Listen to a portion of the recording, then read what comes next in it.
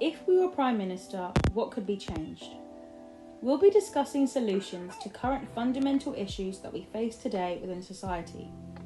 These solutions will be in alignment with Srila Prabhupada's teachings. A solution we found for education and healthcare issues is meditation and mindfulness. As teenagers, our workload can become overbearing. This causes stress, which can often distract and harm our mind. Many schools around the UK have already introduced simple meditation to their students, helping them overcome many obstacles. Further enforcing these schemes on a larger scale and at higher levels of education means more students have access to it, benefiting society as a whole. This can be very crucial for teenage students who are constantly getting burdened with increasing amounts of work and having no guidance on how to deal with it.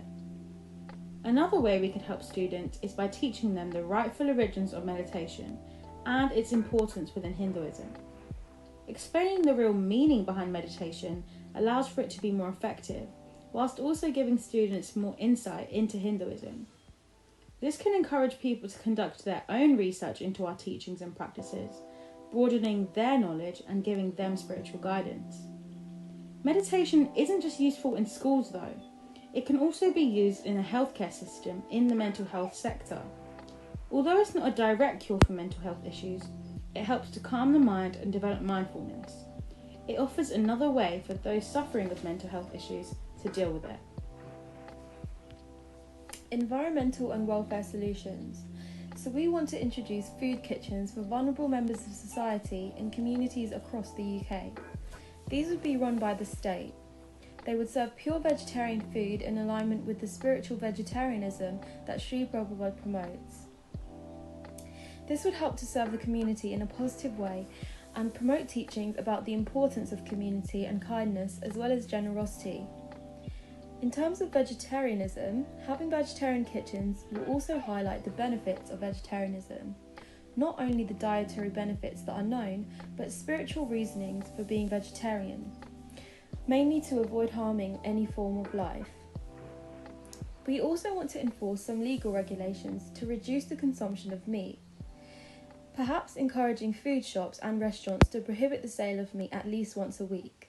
This would be a catalyst for significant environmental change. It's been proven that meat consumption is a large source of our damaging carbon footprint that we produce, and so limiting meat consumption would have huge benefits on the environment. Economic solutions for welfare and poverty.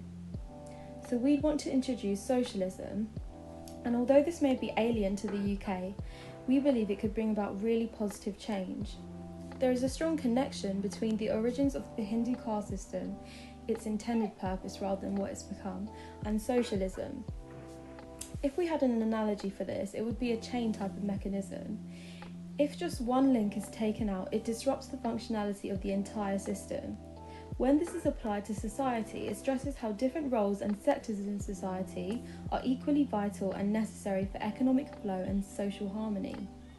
So if we had more of a chain mechanism rather than a hierarchy where the poor, marginalised and vulnerable suffer disproportionately, this would help to eradicate severe cases of poverty and avoidable issues of suffering that we see today, such as the austerity crisis.